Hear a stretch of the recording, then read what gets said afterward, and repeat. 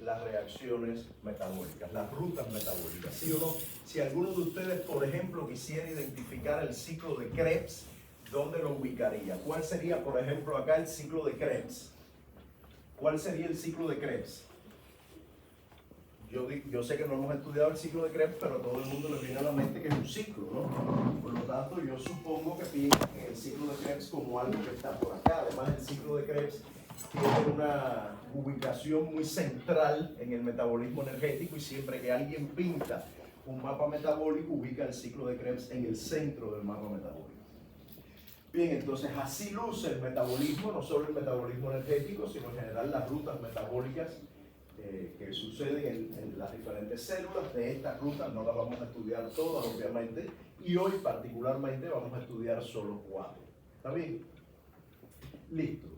Por supuesto, cada una de las transiciones entre cada uno de los metabolitos es el resultado de la actividad de una determinada enzima que tiene procesos regulatorios que actúan sobre ella, ya bien sea covalentes, alostéricos, hay eventos de inhibición por exceso de sustrato, se regula los niveles de expresión de la enzima, como ubiquitinándola y destruyéndola o induciendo la expresión genética y haciendo que haya más concentración de enzima.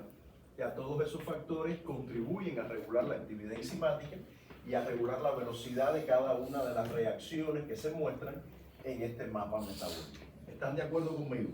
¿Ya? En lo único que no estamos de acuerdo es que esto no es un mapa de metabolismo, esas son las rutas de metro de la ciudad de Londres. O sea, el metro de Londres es algo así como lo que están viendo, una densa red de rutas, de líneas, de paradas, de estaciones, una densa red, algunas de ellas son cíclicas. Circle Line, por ejemplo, es una ruta cíclica que trabaja en el centro de Londres y el resto de las líneas del metro se expande por debajo de la ciudad. En Londres, cuando usted va a dar una dirección, igual que aquí te dicen referencia y usted pone Colegio Casuarinas o Plaza Bea Benavides, no sé qué, en Londres usted dice estación de metro tal. O sea, todo el mundo le pregunta cuál es la estación de metro más cercana a su vivienda y la gente se mueve muchísimo en este sistema de transporte público, como mismo lo hacen buses, que también es una densa red de transporte que corre sobre la ciudad. En este caso, esto es casi todo bajo la ciudad. La primera estación del metro de Londres se inauguró en la calle Baker Street, todavía existe esa estación, obviamente, se inauguró en 1868. En el año en que los cubanos nos lanzamos a la manigua para luchar contra los españoles, desnudos y con un machete en la mano, los londinenses andaban bajo la tierra viajando por la ciudad de Londres. Tenemos 200 años de distancia, así es la vida, no nos queda de otra. Entonces, en esa calle Baker Street, por cierto, frente a la estación, está ubicada la casa de Sherlock Holmes, que obviamente es una casa ficticia, es un museo que muestra la historia de Sherlock Holmes, que es un personaje irreal obviamente, pero que ha calado tanto en el imaginario de los lectores que la gente piensa que Sherlock Holmes alguna vez existió. No existió, pero tiene una casa en Baker Street, que es la casa de Sherlock Holmes, a la que usted puede ir como un museo, ¿no? Entonces, lo que realmente representa un mapa metabólico que no difiere mucho de lo que vimos anteriormente es esto que aparece acá. Y efectivamente el ciclo de Krebs tiene una posición central por el rol tan importante que juega en el metabolismo energético fundamentalmente. Por aquí está el ciclo de la urea, por ejemplo. ¿Sí? Este es el ciclo de Krebs, este es el ciclo de la urea que ya conocemos, esto lo estudiaremos un poquito más adelante. Y de aquí llegan, o salen rutas metabólicas muy valiosas como la glucólisis, que es esta ruta que aparece acá, la glucólisis, o luego de aquí se desprende la generación de portadores energéticos reducidos que terminan en la cadena de transporte electrónico. En este curso vamos a completar todos los eventos que contribuyen a la respiración celular, glucólisis, ciclo de Krebs, cadena de transporte electrónico, pero no lo vamos a hacer hoy. Hoy solo vamos a focalizar la atención en los eventos asociados a la glucólisis, a la gluconeogénesis, que es la síntesis de glucosa, y a la síntesis y degradación de glucógeno. Correcto. Pero evidentemente hay un vínculo sumamente estrecho entre esto y esto. Muy bien, entonces hoy vamos a estar hablando, como ya mencioné, de glucólisis y gluconeogénesis. Vamos a hablar de qué le pasa al piruvato cuando se obtiene por la ruta glucolítica, o sea, cuál es su destino en caso de que haya o no disponibilidad de oxígeno en la célula, ya lo veremos. Vamos a hablar entonces del glucógeno, estructura, función, ya realmente esta parte la abordamos en otras clases.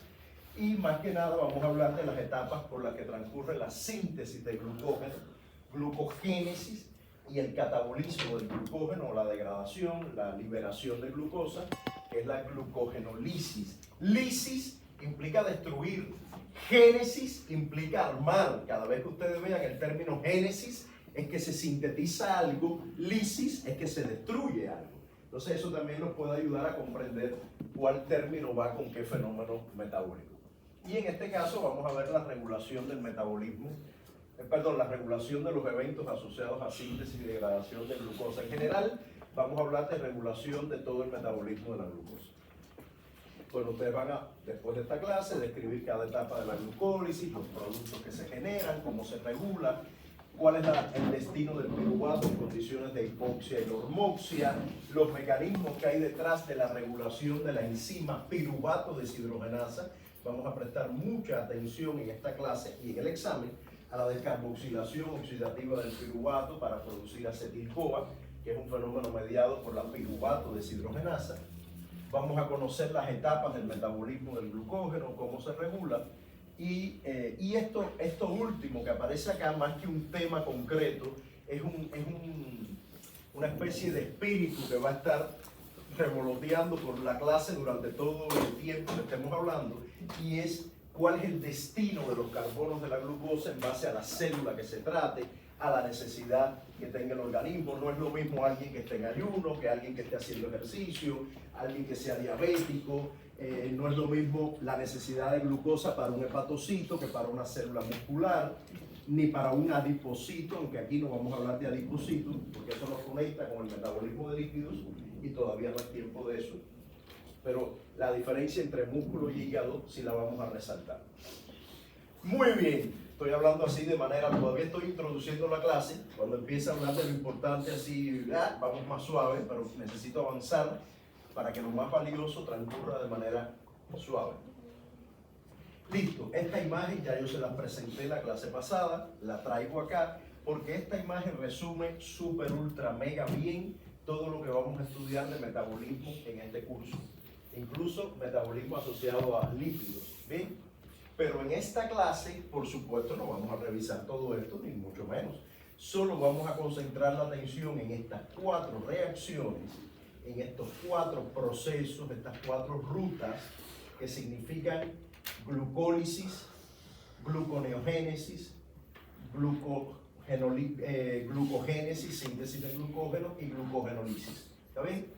Y también vamos a hacer mención a qué le sucede al piruvato en condiciones de hipoxia, generando lactato, o en condiciones de normoxia, produciendo acetil-CoA. O sea, vamos a ver esto y estos dos eventos de aquí. Correcto. Ese va a ser el contenido de la clase de hoy. Puro metabolismo energético, puro metabolismo de glucosa. Antes de comenzar, y una vez presentado cuál va a ser el foco de atención de la clase, quiero recordar 2 tipos de reacciones que son fundamentales, que vamos a estar viendo una y otra vez en la clase de hoy y en otras clases, y que me interesa consolidar con ustedes. Una ya la vimos, bueno, las dos las hemos visto, pero una la vimos con más fuerza, digamos, cuando estudiamos enzimas, que es el fenómeno de fosforilación por acción de quinasas. Las quinasas son enzimas que fosforilan a otras moléculas, incluso pueden fosforilar a otras enzimas. Eso es parte de la regulación covalente de las enzimas, que una enzima fosforile a otra y la encienda o la apague. Pero también las quinasas pueden fosforilar a azúcares, por ejemplo, y hoy vamos a estudiar una quinasa que ya yo les he mencionado muchas veces y que fosforila glucosa, que es la hexoquinasa, por ejemplo. O sea, recuerden siempre que el acto de fosforilar es mediado por quinasas.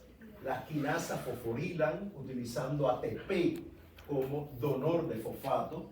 También están las fosforilasas, que son enzimas que también fosforilan, pero en vez de usar ATP, utilizan fósforo inorgánico como fuente de fósforo del grupo fosfato. las vamos a ver hoy. Vamos a ver un ejemplo de la fosforilasa y muchos ejemplos de quinasas. Y también recordar que el acto de retirar fosfato es fosfatar. Usted retira fosfato cuando usted fosfata. ¿Bien? Parece contraintuitivo, pero fosfatar no es poner fosfato, es retirar. Y siempre tengan presente, y eso lo vimos la clase pasada y lo vimos en el seminario, que el acto de fosforilar, cuando una enzima fosforila a otra, puede activarla o apagarla. No quiere decir que fosforilar siempre implique activar. Usted puede fosforilar una enzima y apagarla también, dependiendo de la enzima que sea. Vamos a ver ejemplos en la clase de hoy.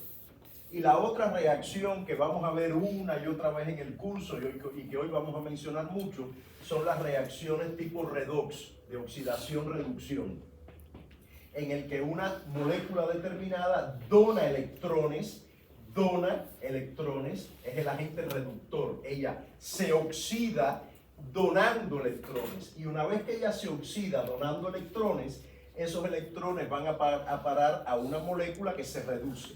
O sea, hay un agente que reduce a otro. Él se oxida, este agente se oxida porque dona electrones, y la otra molécula se reduce porque recibe electrones. La manera más simple de ver esto y de imaginarlo es que si los electrones tienen carga negativa y usted recibe algo negativo, imagínense que usted sea un número. Usted es el número 10. Si recibe algo negativo, usted se convierte en 9, 8, 7, se reduce, ¿verdad? Por lo tanto, cuando uno recibe electrones, se reduce. Y cuando uno dona electrones, se oxida.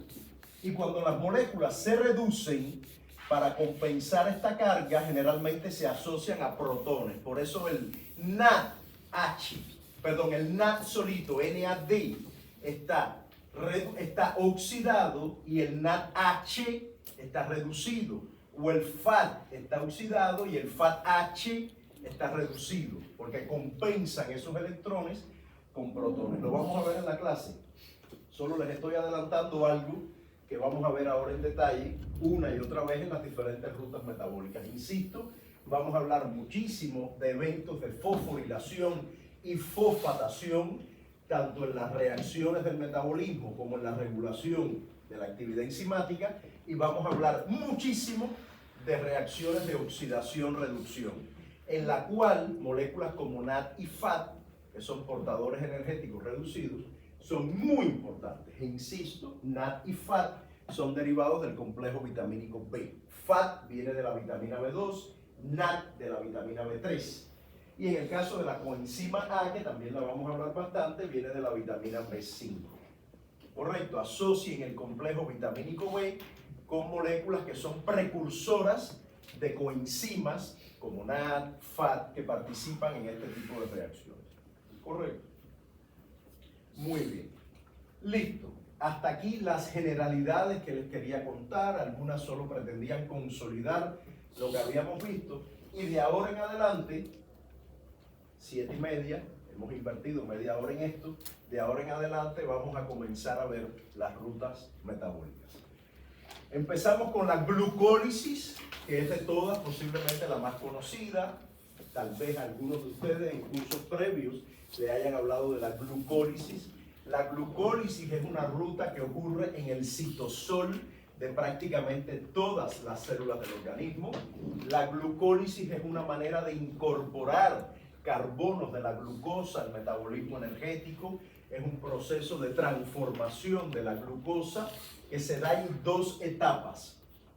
Una primera etapa que transforma la glucosa, después veremos algunos detalles, la glucosa en gliceraldehído trifosfato, glucosa en gliceraldehído trifosfato.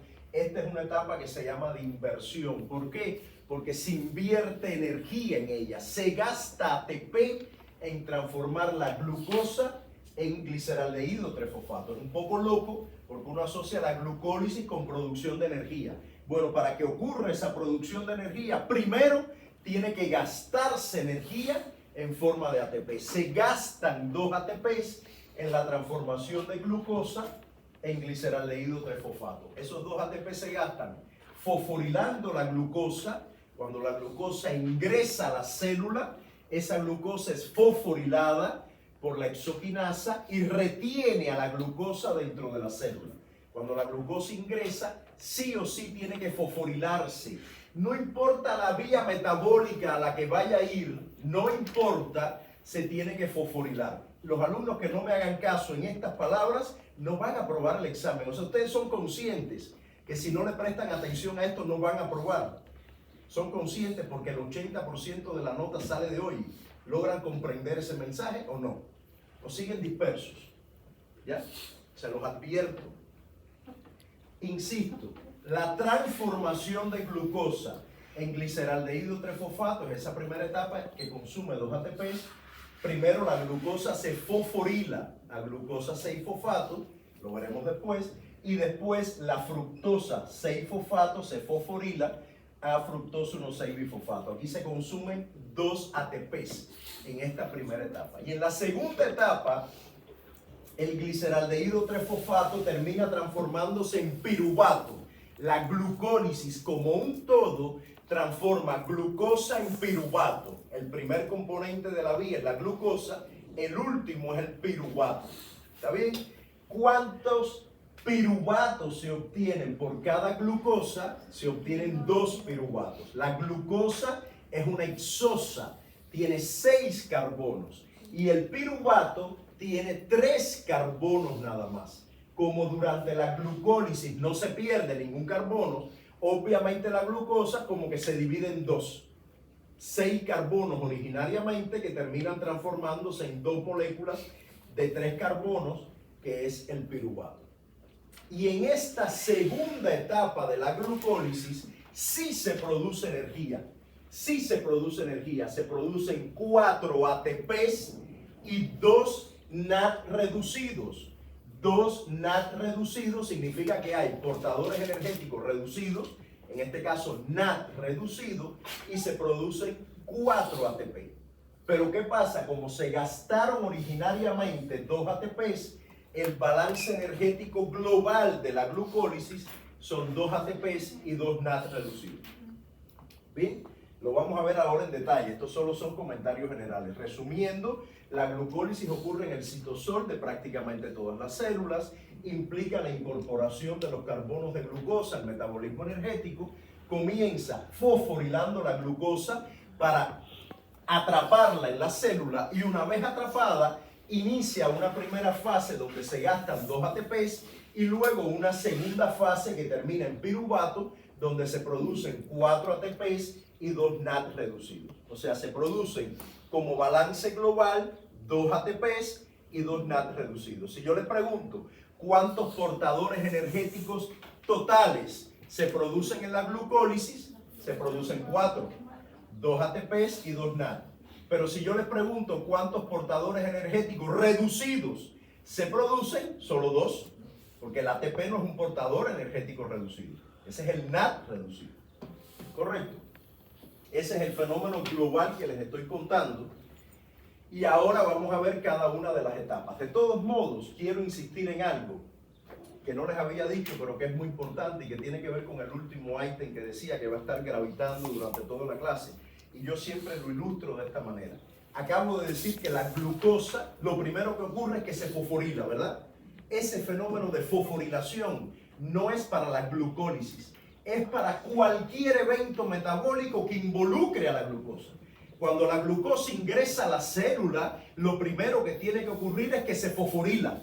Porque cuando ella es fosforilada, se atrapa en la célula, no puede salir. Y una vez fosforilada, ella decide a qué ruta metabólica va a ir. Cuando estudiemos la síntesis de glucógeno, lo estudiamos hoy, veremos que la glucosa tiene que estar fosforilada. Cuando estudiemos la ruta pentosa-fosfato dentro de 15 días, la glucosa tiene que estar fosforilada. O sea, si la glucosa no se fosforila, no queda atrapada en la célula y no puede incorporarse al metabolismo energético.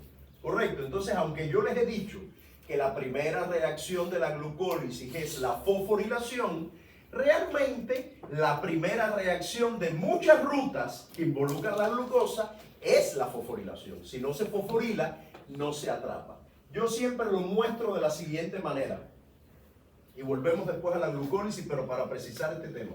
Lo muestro de la siguiente manera. Imagínense que la persona consume un dulce rico en sacarosa y lactosa. Ahí va mucha glucosa, porque la sacarosa tiene glucosa, la lactosa tiene glucosa. Empieza la digestión en la boca, amilasa salival, continúa la digestión en el intestino delgado, amilasa pancreática. La glucosa llega a la sangre a través de los SGLT, los GLUT, y una vez en la sangre, el páncreas se alarma, produce insulina, los GLUT se expresan en la membrana celular y la glucosa ingresa a la célula.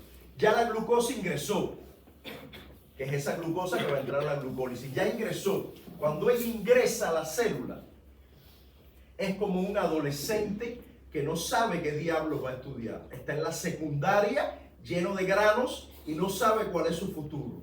La glucosa ingresa a la célula, no sabe si ingresó a un hepatocito, a un miocito, a un adipocito. Eso depende también, eso marca el futuro de la célula. Depende de la universidad a la que ingrese, eso marca su futuro. Ella ingresa a una célula y lo primero que hace, o que le hacen, es que la fosforilan. Ella ingresa así, ¿qué será? ¿Qué haré? ¿Qué haré? ¿Qué haré? ¿Qué haré? Y viene una enzima y le hace fuacatán y le pone un fosfato en la espalda. Esa enzima, que es la exoquinasa, que la fosforila, retiene al adolescente en la célula, ya no puede salir, esa glucosa no puede salir. Y atrapada en la célula se va a glucólisis, síntesis de glucógeno, ruta pentosa fosfato, síntesis de no sé qué. Ella lo que está atrapada, o sea, una vez atrapada en la célula, gracias a la fosforilación de la exoquinasa, ella tiene que decidir por dónde va. ¿Y cómo lo decide? Depende de la célula y depende de la necesidad energética de la célula. Una de esas vías a la cual la glucosa puede acceder, y regresamos entonces, es la glucólisis. O sea, comprendan entonces que este evento de fosforilación que está acá ocurre para atrapar la glucosa en la célula y para que la glucosa se incorpore al metabolismo energético. Y una de esas incorporaciones es la glucólisis, que puede ocurrir, insisto, en cualquier célula que necesite energía. Correcto. Entonces, vamos a ver ahora, ya habiendo descrito la glucólisis y habiendo representado para ustedes lo que significa esa glucosa atrapada en la célula, vamos a describir entonces en detalle. No se tienen que saber el nombre de las enzimas, ni tan así, solo las cosas más generales. Vamos a describir en detalle cómo ocurre cada fase de la glucólisis. La primera fase, la primera etapa, que es esa etapa de inversión, es cuando se gastan dos moléculas de ATP. ¿Cuándo se gastan? ¿Dónde? ¿En qué momento? Primero, cuando la glucosa, cuando ese adolescente lleno de granos es fosforilado. La exoquinasa fosforila la glucosa y transforma la glucosa en glucosa 6-fosfato. Tiene un fosfato en el carbono 6. Ya usted tiene la glucosa atrapada en la célula gracias a la exoquinasa. La glucosa está fosforilada, atrapada en la célula. De ahí la glucosa se transforma en fructosa, fructosa 6-fosfato. Hay una isomerización porque de pronto pasa de ser una aldohexosa a una cetohexosa. O sea, la glucosa se transforma en fructosa durante la glucólisis. ¿Bien? De esta enzima no vamos a hablar mucho, pero sí vamos a hablar de la que viene detrás, porque la fructosa, esa fructosa que tiene un solo fosfato, luego vuelve a ser fosforilada y ahí se gasta el segundo ATP. Y la fosforilación ocurre por una enzima que se llama fosfofructoquinasa 1. Fosfofructoquinasa 1, o sea, fosforila a la fructosa 1-fosfato. Perdón, 6-fosfato. Y la convierte en fructosa 1,6-bifosfato. O sea, ahora es una fructosa con 2 fosfatos. Bien, esta enzima es muy valiosa porque la regulación de la glucólisis depende mucho de la fosfofructoquinasa 1. Luego hay una enzima que es la aldolasa que parte a esa fructosa en 2. Recuerden que habíamos dicho que la glucosa tiene 6 carbonos, la fructosa también, obvio, y al final el piruvato solo tiene 3. ¿Cómo pasamos de 6 a 3? Pues hay que tomar la hexosa y partirla a la mitad. ¿Quién la parte en 2? La aldolasa, y forma entonces gliceraldehído 3-fosfato y dihidroxiacetona que luego se isomerizan y aquí lo importante es que se forma gliceraldehído 3-fosfato. Primera etapa de la glucólisis, de glucosa a gliceraldehído 3-fosfato y se gastan 2 ATPs. Nunca les voy a preguntar qué hace la aldolasa, qué función tiene la glucosa 6-fosfato isomerasa, nunca. Ni qué molécula es transformada por la fructosa, no sé qué diablo, nunca. Pero sí les voy a preguntar posiblemente si la glucólisis está activa. ¿Estará activa la fosfofructoquinasa 1? Bueno, obvio. A ver, si la persona está haciendo ejercicio y necesita energía y la glucólisis está activa, obvio que la fosfofructoquinasa 1 tiene que estar activa, porque es una enzima clave en la fase inicial de la glucólisis, de hecho en toda la glucólisis.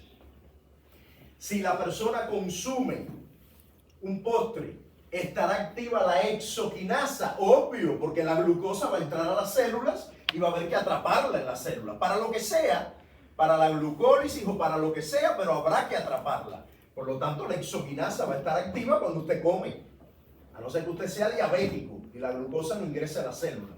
Pero si usted es un tipo sano, lo primero que va a ocurrir es que la exoquinasa se va a activar para poder atrapar la glucosa.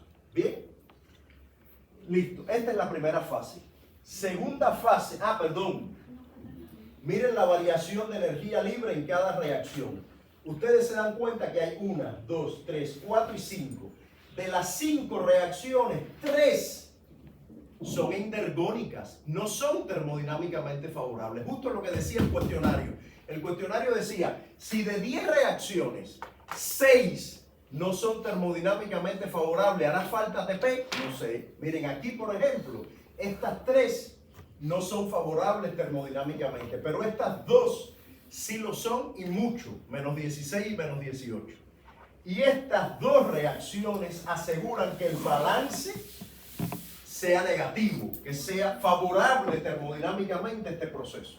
¿Está bien? Esto es muy importante. Y lo otro importante es lo siguiente. Imagínense que esto, en vez de ser reacciones metabólicas o reacciones químicas, sea un tren. Imagínense que sea un tren con vagones. Si usted quiere, escúcheme, que el tren se detenga, usted detendrá un vagón o usted detendrá la locomotora. Obvio la locomotora.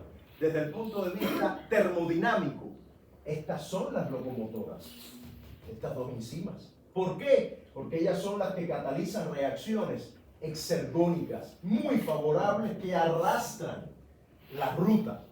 Por lo tanto, si usted quiere regular la velocidad de este proceso, usted enciende o apaga estas enzimas.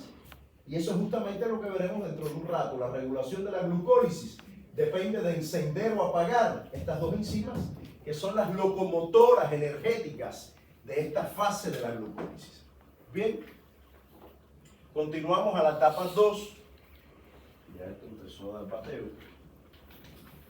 Etapa 2, en la cual el gliceraldehído 3-fosfato se transforma en piruvato. Pero aquí hay algo raro. Empezamos con 6 carbonos y terminamos con 3. ¿Dónde están los otros 3?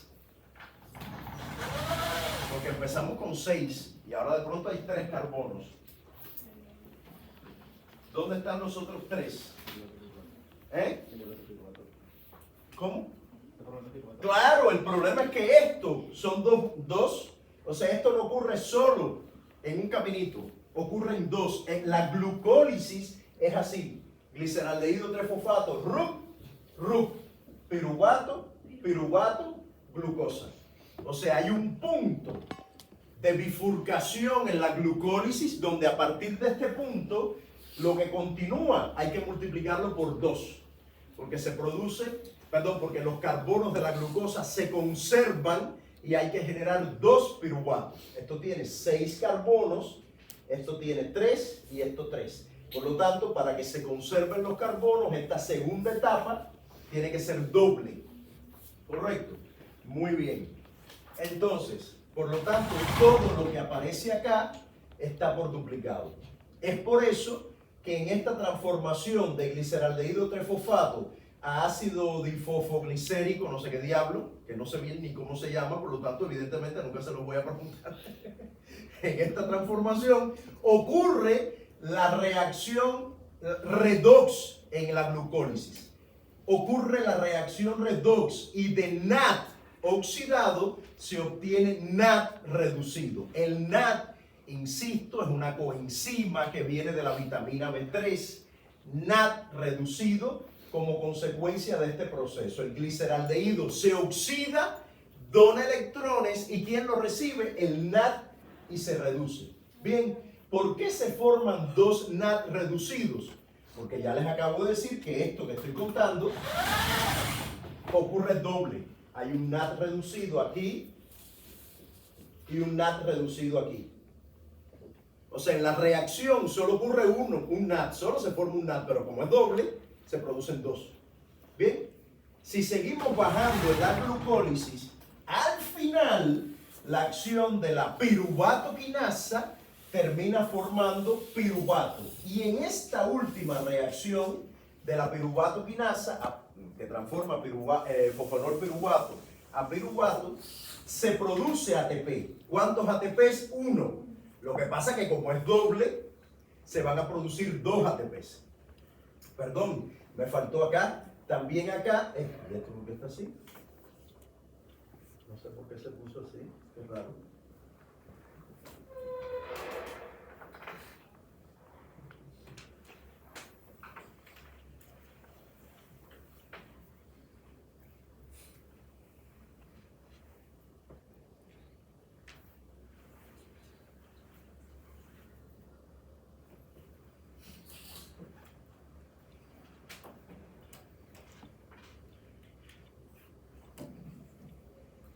Bueno,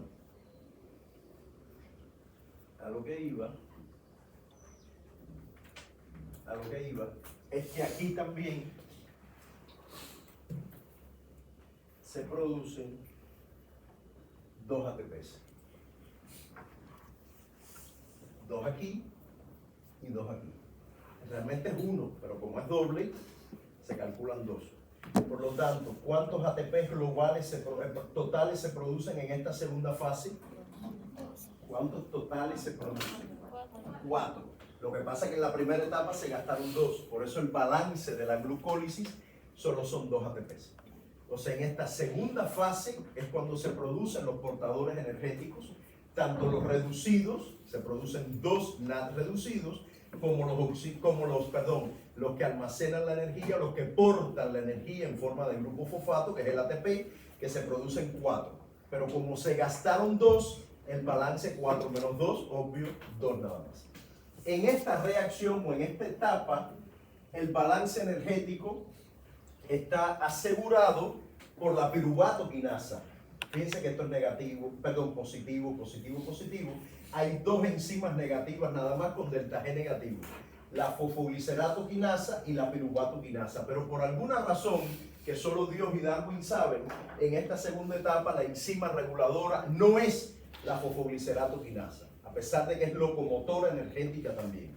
Solo es la piruvato quinasa, que claro, tiene una variación de energía libre brutal de menos 31. Es una locomotora súper poderosa.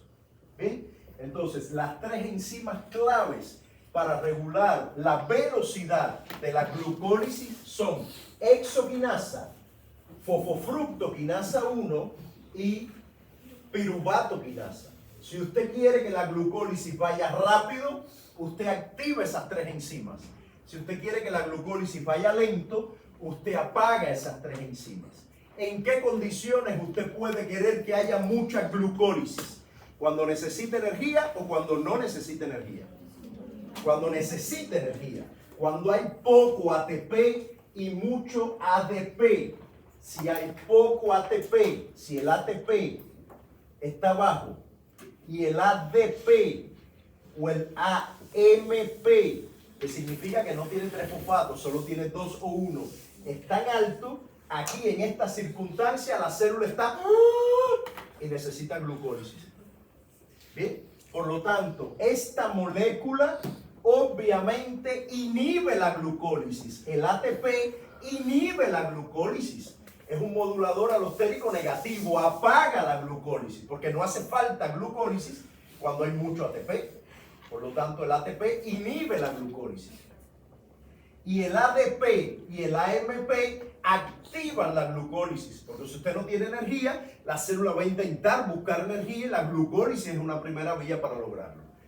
Bien, se produce muy poca energía porque solo se producen 2 NAD reducidos y 2 ATPs, pero algo es algo. Y sobre todo, la glucólisis le da entrada a los carbonos de la glucosa al metabolismo energético. Esto no es solo para tener energía, es para tener glucosa en la célula para generar otros fenómenos de la fisiología que necesita la célula para poder estar viva, dividirse, cumplir su función. Correcto, entonces, resumiendo todo esto, en esta tablita ustedes van a poder ver cada una de las enzimas que participan en la glucólisis. Son 10 reacciones, la reacción que cataliza, exactamente la ruta, la transformación que cataliza cada enzima y la variación de energía libre. Esa variación de energía libre, no está por acá el cálculo, pero si ustedes calculan la variación de energía libre aquí, aquí está, la variación de energía libre global es menos 35. O sea, si usted suma todos estos valores, va a terminar obteniendo menos 35. Por lo tanto, la glucólisis es una ruta termodinámicamente favorable, ¿sí o no? Sí lo es. Aunque sus reacciones incluyan algunas endergónicas que no son favorables, la ruta como un todo sí lo es. Cuando usted hace el balance global, la ruta como un todo es una ruta exergónica termodinámicamente favorable. E insisto, eso está sobre todo asegurado por la actividad de exoquinasa, fosfofructoquinasa 1 y piruvatoquinasa. Por eso esas 3 enzimas son las locomotoras de la glucólisis. Usted quiere que haya más glucólisis, échele carbón a las locomotoras. Usted quiere que no haya glucólisis, apague esas locomotoras. Esas 3 enzimas definen si hay mucha glucólisis o poca glucólisis. Bien, y de hecho vamos a hablar ahora de cómo se regulan esas enzimas. Les recuerdo que hay 2 grandes maneras de regular, hay muchas, pero 2 grandes, son la modulación alostérica. ¿Cuál es la alostérica? La molécula X, la que sea, el regulador, se une a la enzima en un sitio diferente del centro activo. Y cuando se une a la enzima,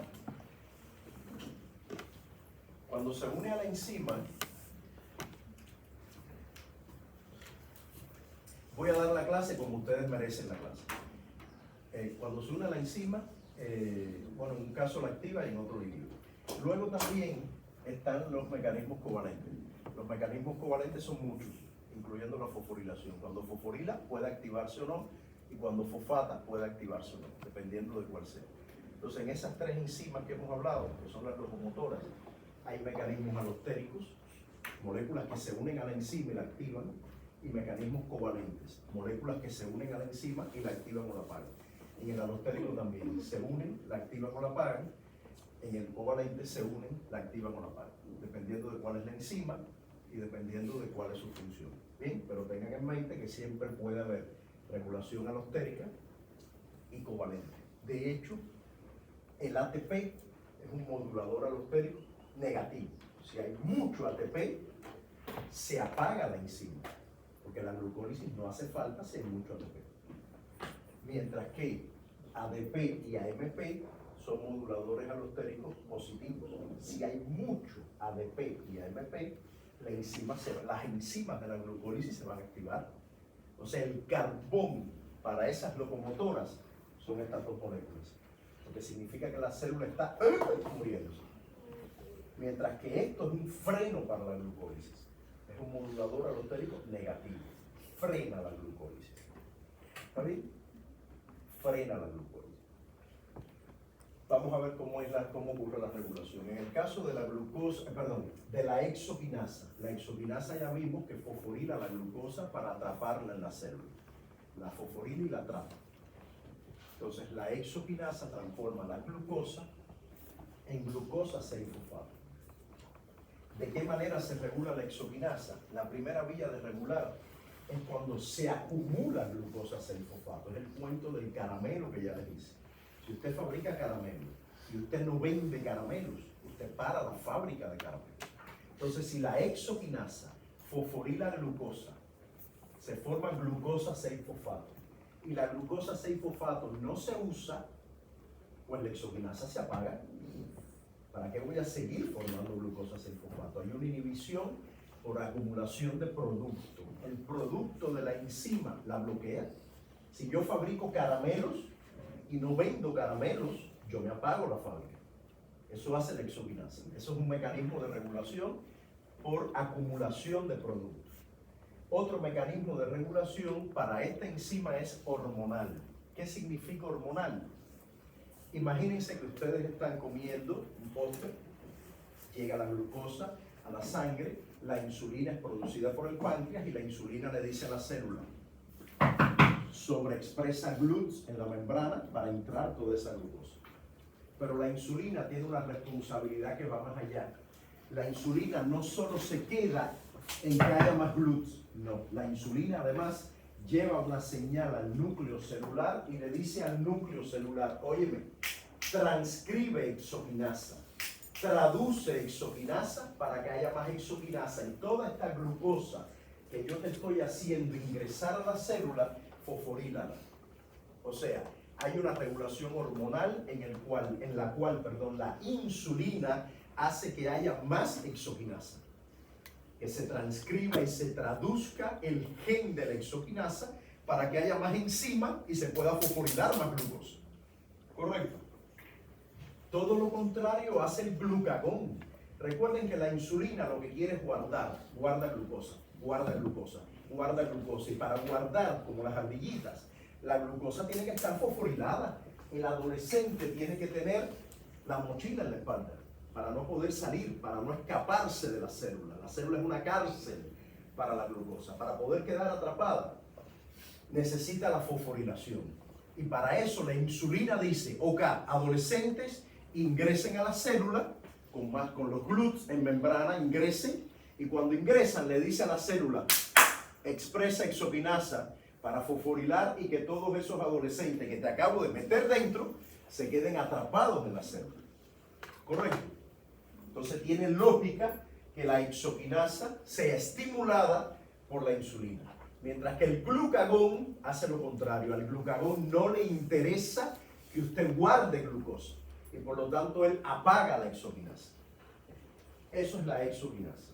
En el caso de la fosfofructoquinasa 1, que es una enzima muy importante, es la que fosforila la fructosa 6-fosfato y la lleva a fructosa 1,6-bifosfato. O sea, la fructosa ahora tendrá 2 fosfatos, ¿verdad? Esta enzima es el centro regulatorio de la glucólisis. Esta enzima es la gran locomotora, aunque hay 3 locomotoras. La locomotora maestra, la master locomotor, es la fosfofructoquinasa 1. ¿Correcto? ¿Cómo se regula esa enzima? Ya hemos visto algunos ejemplos. Si hay mucho ATP, la locomotora se apaga. Es un modulador alostérico negativo, porque significa que la célula no necesita energía y apaga la fosfofructoquinasa. Lo contrario, ¿cuál es la leña, el carbón para esa locomotora? AMP y ATP. Significa que no hay suficiente energía y ellos actúan como moduladores alostéricos positivos. Se unen a la enzima en un sitio diferente al centro activo y hacen que el centro activo esté más disponible para que haya actividad enzimática. Entonces, insisto, ATP y ADP son como los grandes balances que le dan, o le ponen un freno, el ATP pone freno y el ADP y el AMP le dan carbón a la locomotora para que avance más rápido. Y por ahí hay otra molécula que todavía no hemos estudiado y que lo comprenderán mejor cuando estudiemos ciclo de Krebs, que es el citrato. El citrato es un intermediario del ciclo de Krebs. Y el citrato inhibe la fosfofructoquinasa. Y ustedes dirán, ¿qué tiene que ver una cosa con otra? Eso tiene que ver con lo del caramelo y la fábrica y el azúcar. ¿A qué me refiero? Verán cómo le hago el símil ahora. Cuando el ciclo de Krebs está detenido, o sea, perdón, vamos a empezar por el final. Si no hace falta energía, el ciclo de Krebs estará muy activo o parado. Estará lento, ¿verdad? Porque no hace falta energía. Como está lento, el citrato que debería transformarse en el ciclo de Krebs no se transforma, se acumula. Y ese citrato va e inhibe la fosfofructoquinasa para que no haya más piruvato y no pueda continuar el ciclo de Krebs. No puede ejecutarse el ciclo de Krebs. Entonces tiene toda la lógica del mundo que si usted acumula citrato, significa que la célula no necesita energía y por lo tanto el citrato va y le dice a la fosfofructoquinasa, le dice a la locomotora, párate, porque no hace falta más piruvato. La energía está hasta aquí. ¿Bien? Les decía con respecto a los caramelos, ¿cómo sería el citrato? Bien, usted recibe azúcar de China, usted fabrica caramelos y vende caramelos. El citrato sería como si el caramelo bloqueara no la fábrica de caramelos, sino bloquea al exportador de China. Le dice al de China, no mandes más azúcar, que los caramelos no se están vendiendo. Eso es lo mismo. El citrato no es de la glucólisis, no es de la descarboxilación del piruvato. El citrato es del ciclo de Krebs. O sea, está lejísimo en la respiración celular, lejísimo de la glucólisis. No obstante, a pesar de estar muy lejos, que lo estudiaremos, insisto, en otras clases, a pesar de estar muy lejos, inhibe la glucólisis. ¿Por qué? Porque, insisto, es como que se acumulara el caramelo y el caramelo inhiba al que vende azúcar en China. Eso es lo que está ocurriendo aquí. El caramelo, que es el citrato, está inhibiendo al que vende azúcar en China, que es la fosfofructoquinasa 1, que es la que activa la glucólisis. ¿Bien? Pero aquí el elemento central que debemos considerar es el balance ATP, ADP, AMP. Estos son los grandes balancistas de la fosfofructoquinasa. La otra cuestión es que haya muchos sustratos. Fíjense, esto no es producto, es sustrato. Ya ustedes saben desde la clase de enzimas que mientras más sustrato hay más actividad enzimática. Obvio, si hay más fructosa 6-fosfato, habrá más actividad de la enzima, porque hay más sustrato y la enzima trabajará más. Luego aquí hay un modulador alostérico del cual no voy a hablar mucho, no quiero enredarlos, es un modulador que estimula la actividad de la fosfofructoquinasa 1, pero no nos enredemos, quedémonos en que el exceso de sustrato activa la enzima. Y lo otro son las hormonas. Volvemos al tema de las hormonas. Otra vez lo mismo, la insulina no solo le dice a la célula, quiero más GLUTs en membrana para que te tragues la glucosa, sino que además le dice a la célula, transcribe y traduce la exoquinasa para que la glucosa sea fosforilada y la fosfofructoquinasa 1 para que la glucólisis continúe. Correcto, entonces tiene mucha lógica que la insulina active a la fosfofructoquinasa 1. No es que la enzima trabaje más por efecto de la insulina, sino que hay más expresión del gen de la fosfofructoquinasa 1, hay más disponibilidad de enzima y en consecuencia la glucólisis puede fluir mejor. Correcto. Y ya y el glucagón hace lo contrario, por supuesto. Y ya por último, la piruvatoquinasa, que es la última enzima de la glucólisis, la que sintetiza piruvato, ocurre más o menos igual.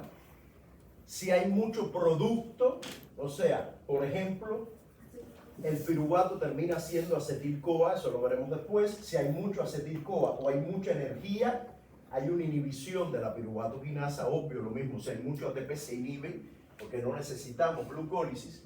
Si hay mucho sustrato, la piruvatoquinasa estará más activa, obvio también. Y volvemos a lo mismo, la insulina la activa y el glucagón la inhibe. Listo, entonces en estas tres locomotoras, en esas locomotoras hay eventos de regulación alostérica sobre todo, que implica que el exceso de producto inhiba la enzima. El exceso de producto, en este caso el ATP como producto global, inhibe, le pone freno a las locomotoras, mientras que la necesidad de ATP es carbón para que las locomotoras vayan más rápido y la glucólisis se active. Y además las hormonas, insulina activa glucólisis Y glucagón inhibe glucólisis, porque la insulina todo lo quiere meter en la célula, incluyendo la glucosa, obvio, y el glucagón no quiere, el glucagón quiere sacar, por lo tanto el glucagón frena la glucólisis. Listo, con esto terminamos. La glucólisis, insisto, es una vía metabólica sumamente valiosa para incorporar carbonos de glucosa a la célula, para incorporar esos carbonos al metabolismo energético. Ocurre en el citosol de prácticamente todas las células. Es una vía que en términos energéticos no produce mucha energía, produce solo 2 ATPs por cada glucosa y produce 2 NAD reducidos por cada glucosa. Recuerden que los NAD reducidos vienen de una reacción de oxidación-reducción, redox, en el que el NAD se transforma en NADH, se reduce el NAD. Y el NAD, insisto, es un derivado del complejo vitamínico B, particularmente de la vitamina B3. ¿Sí? Entonces, cuando piensen en el complejo vitamínico B, siempre piensen en donores de coenzimas. ¿Correcto? Viene ahora entonces continuar viendo qué le sucede al piruvato. Después que veamos esta parte, vamos a tomar un receso.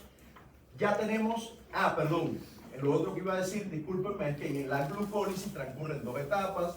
Una primera etapa que gasta ATP, una segunda que produce ATP, y hay 3 enzimas valiosas en la regulación del fenómeno glucolítico, que sería exoquinasa, fosforila glucosa, fosfofructoquinasa 1, fosforila fructosa 6-fosfato, y la piruvatoquinasa, que es la que produce piruvato, que es el producto final. Por cada glucosa hay 2 piruvatos.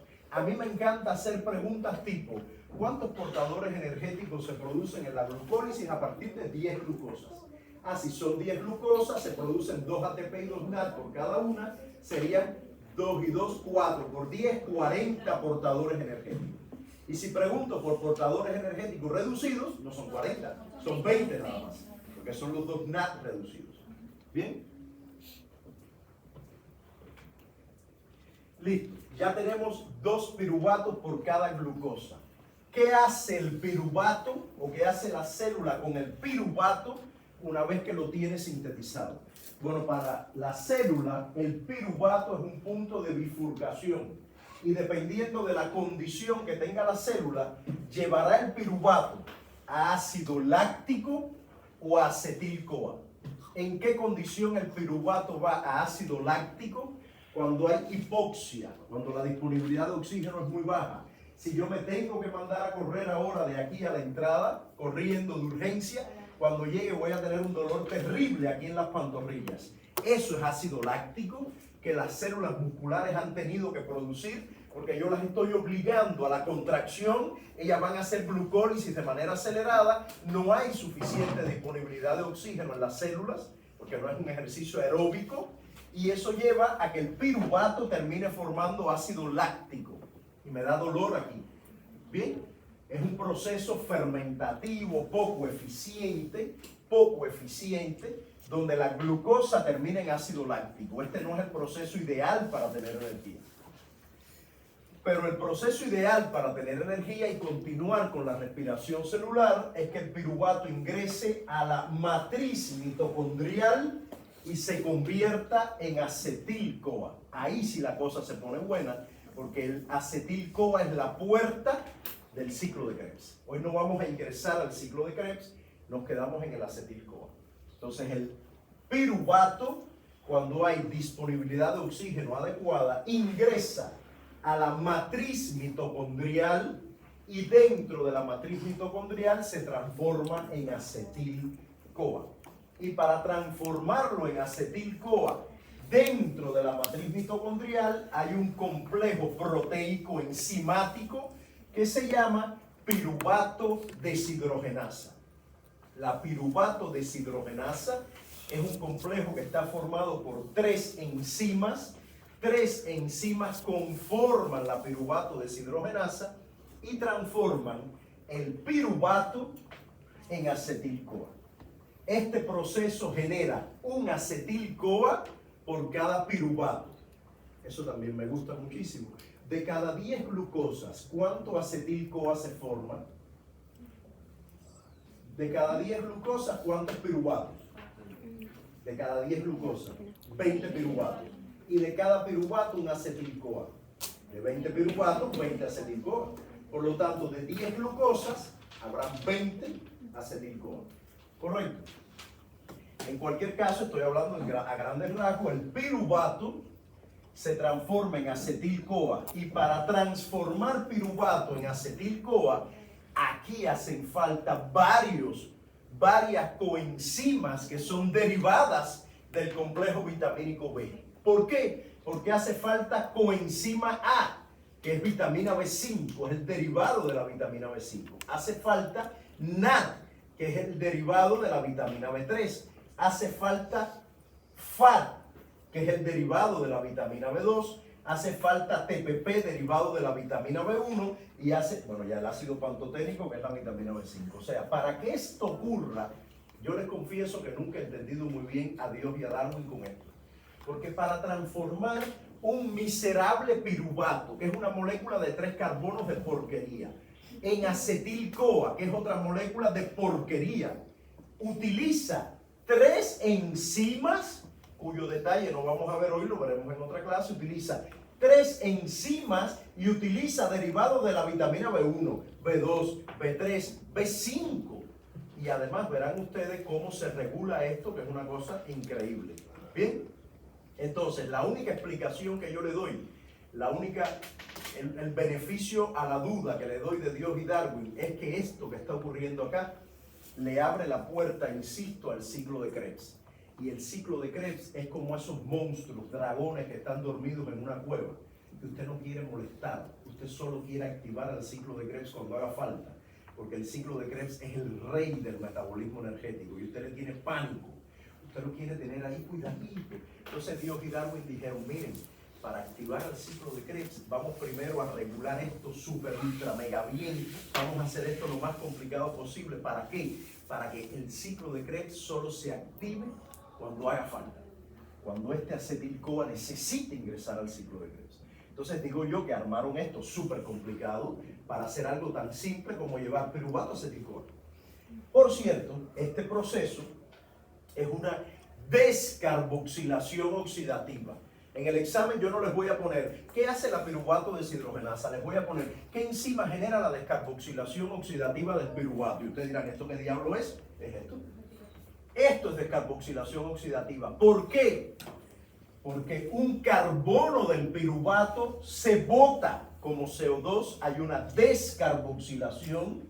El piruvato tiene 3 carbonos y el acetil solo son 2. Por lo tanto, hay un carbono que se pierde como CO2. Hay una descarboxilación. ¿Y por qué es oxidativa? Porque hay una reacción redox. El piruvato se oxida y el NAD se reduce. Bien, descarboxilación oxidativa del piruvato lleva al piruvato a acetil-CoA. Bien, la piruvato deshidrogenasa transforma piruvato en acetil-CoA por una descarboxilación oxidativa donde participan coenzimas derivadas del complejo vitamínico B como NAD, FAD, TPP y coenzima A, que es la vitamina B5 o un derivado de la vitamina B5. Bien, ¿en qué condiciones esto está activo? Bueno, obviamente cuando no hace falta energía, cuando no hace falta, ¿usted cree que esto estará activo? No, no hace falta energía. No despertemos al monstruo ciclo de Krebs porque no hace falta energía. ¿En qué condiciones no hace falta energía? Hay mucho NAD reducido, hay mucho ATP, tenemos muchos portadores energéticos. Todos estos portadores energéticos inhiben, son moduladores alostéricos negativos de la piruvato deshidrogenasa, la inhiben, ¿correcto? ¿Por qué? Porque si hay exceso de energía, esto no hace falta. Inhibamos la piruvato deshidrogenasa. ¿Quién más la inhibe? Obvio, su propio producto. El acetil-CoA, cuando se acumula, inhibe la piruvato deshidrogenasa. Todo caramelo, cuando se acumula, inhibe la fábrica de caramelos. Entonces es lógico que si no hay demanda energética, el ATP, el NAT reducido y el propio producto de la piruvato deshidrogenasa sean inhibidores y la piruvato deshidrogenasa tienda a apagarse. Si hace falta energía, sucede lo contrario. En vez de ATP, habrá ADP. Y el ADP es un activador de la piruvato deshidrogenasa. Pero además, si hace falta energía, la glucólisis, escuchen, estará activa, ¿sí o no? Y si hace falta energía, ¿habrá glucólisis? Obvio. Y si hay mucha glucólisis, no habrá mucho piruvato. Obvio. Y el piruvato es el sustrato de la enzima. Si hay mucho sustrato, hay mucha actividad enzimática. Entonces, la piruvato deshidrogenasa empieza a funcionar porque hay mucha glucólisis y porque hay muy poca energía. Estos son activadores. El piruvato es un activador porque es su sustrato y activa la enzima. Y el ADP es un modulador alostérico negativo, positivo, es el carbón para que la piruvato deshidrogenasa se active. Entonces, cuando hay poca energía, obvio, la piruvato deshidrogenasa va a estar muy activa para producir acetil-CoA, que luego va al ciclo de Krebs, que es un tema que no hemos visto ahora, que es esto acá, ciclo de Krebs. Lo veremos más adelante. Y para colmo, ya con esto y la diapo que viene después, o las dos diapos que vienen después, termino esta parte, que es muy importante, y vamos a tomar un receso. Para colmo, toda esta regulación que yo he hablado ahora es regulación alostérica. Es más ATP, más ADP, más sustrato. Bueno, el sustrato no es alostérico, el sustrato es activación por sustrato, pero el ATP y el ADP son moduladores alostéricos. El ATP es un modulador alostérico negativo, apaga. El ADP, modulador alostérico positivo, enciende la enzima. Pero no basta con eso. Dios y Darwin no se conformaron con eso. Ellos dijeron, para esta enzima tan importante, vamos a sumar una regulación covalente. Entonces, la piruvato deshidrogenasa, cuando se fosforila, se apaga. Y cuando se fosfata, se enciende. Hay una piruvato deshidrogenasa quinasa, o sea, hay una enzima cuya función es fosforilar a la piruvato deshidrogenasa y apagarla. Y hay una enzima cuya función es fosfatar a la piruvato deshidrogenasa y encenderla. O sea, más allá de la modulación alostérica, hay un mecanismo de regulación covalente que fosforila y apaga la enzima o fosfata y enciende la enzima. ¿Quién regula esto? La querida insulina. La insulina activa a la piruvato deshidrogenasa fosfatasa. O sea, la insulina activa este proceso y enciende a la piruvato deshidrogenasa. No directamente, sino estimulando la piruvato deshidrogenasa fosfatasa. La estimula y se activa la piruvato deshidrogenasa. Y este es el mecanismo de regulación global de la piruvato deshidrogenasa. Es este que aparece acá. Insisto, es tan importante controlar al acetil-CoA para que no despierte al ciclo de Krebs por gusto, que Dios y Darwin armaron algo tan terrible como esto para regular la piruvato deshidrogenasa. ¿Cómo se regula? Ya lo hemos visto, pero aquí está todo integrado. Todo esto ya lo hemos visto. Primero, si hay mucho NAT reducido, o sea, portador energético reducido, si hay mucho ATP, habrá que apagar la enzima, porque no hace falta la enzima. Mucha energía apaga la piruvato deshidrogenasa. Mucho producto apaga la piruvato deshidrogenasa. Y esto lo vimos. La energía en exceso y el producto de la enzima apagan a la enzima. Ya se apagó la enzima. Listo. Pero ¿de qué otra manera la podemos controlar?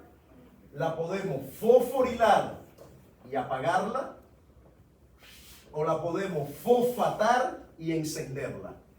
¿Quién ayuda a que se fosfate y se encienda? La insulina. Cuando hay insulina, la insulina le dice a la exoquinasa, actívate, a la fosfofructoquinasa le dice actívate, a la piruvatoquinasa le dice actívate, y a la piruvato deshidrogenasa le dice actívate. La insulina es un activador de la piruvato deshidrogenasa. Por lo tanto, en el examen, si yo pongo ¿qué hormona activa la piruvato deshidrogenasa? Insulina, obviamente.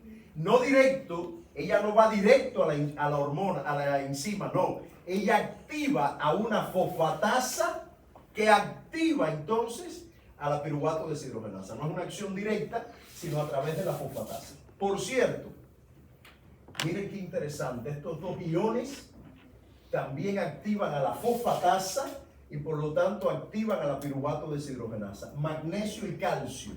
¿Por qué el magnesio y calcio activarán la piruvato deshidrogenasa? ¿Dónde habrá mucho magnesio y calcio disponible? ¿Para qué fenómeno? Para la contracción muscular. Habrá mucho magnesio y calcio. Y esa contracción que necesita energía. Por lo tanto, es lógico que el magnesio y el calcio activen la piruvato deshidrogenasa fosfatasa para que la piruvato deshidrogenasa transforme piruvato en acetil-CoA y haya producción de energía. ¿Correcto? Bien. Todo lo contrario es el caso de la quinasa, que la va a apagar. ¿Quién activa la quinasa? Pues el NAD. Cuando hay poca energía,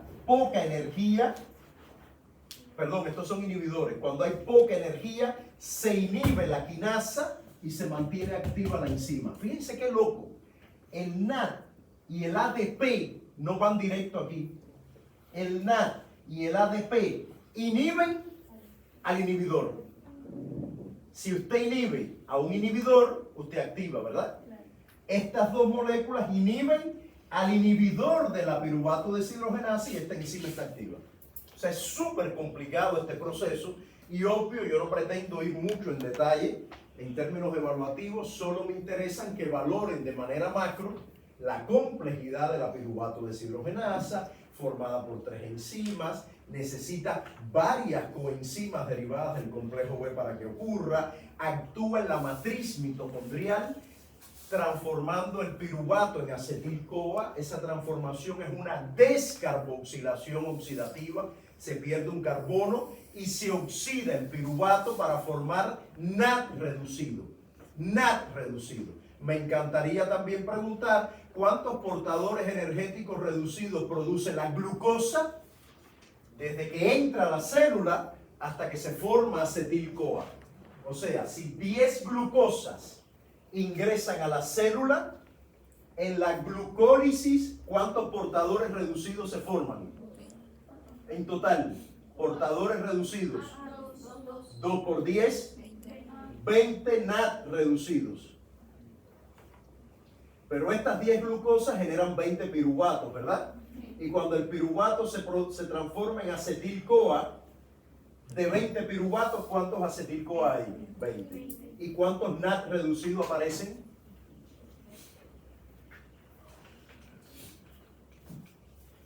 1 por cada piruvato. Por lo tanto, ¿cuántos son en total? 20 NAD reducidos.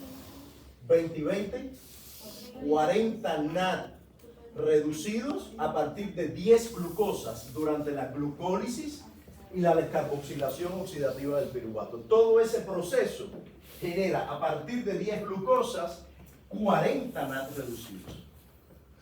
¿Bien? Porque se producen 2 NAD reducidos por cada glucosa en la glucólisis y 1 por cada piruvato. ¿Bien? Listo. Entonces, cuando hay normoxia, el piruvato va a la mitocondria, especialmente a la matriz mitocondrial, y la piruvato deshidrogenasa lo descarboxila oxidativamente. Hay una descarboxilación oxidativa que lleva el piruvato a acetil-CoA en un proceso que está regulado muy potentemente por modulación alostérica, covalente y hormonal. Covalente por fosforilación y desfosforilación, alostérica por el ATP, el NAD reducido, el ADP, y hormonal por la influencia de la insulina, que tiene una acción reguladora sobre la actividad de esta enzima, que de hecho la enciende, no directamente, sino encendiendo una fosfatasa que enciende la piruvato deshidrogenasa. Correcto, listo. Con esto vamos a tomar un alto, son las 8:30, y hemos llegado ya la glucosa, ese adolescente lleno de granos que ingresó a la célula, ya no es más glucosa, ahora es acetil-CoA en la matriz mitocondrial. Lo que sigue después de la matriz mitocondrial con el acetil-CoA no lo vamos a ver hoy, porque eso es ciclo de Krebs, lo vemos otro día. Ahora vamos a volver a concentrarnos en la glucosa y hablar de la gluconeogénesis en los próximos minutos. Son las 8:30, vamos a tomar un receso hasta las 8:40. Para las 8:40 comenzar a hablar de gluconeogénesis, que es muy corto, y de ahí movernos al glucógeno. ¿Bien? Ya vamos por la mitad de la clase, aunque ustedes no lo crean, en términos de diapositivas.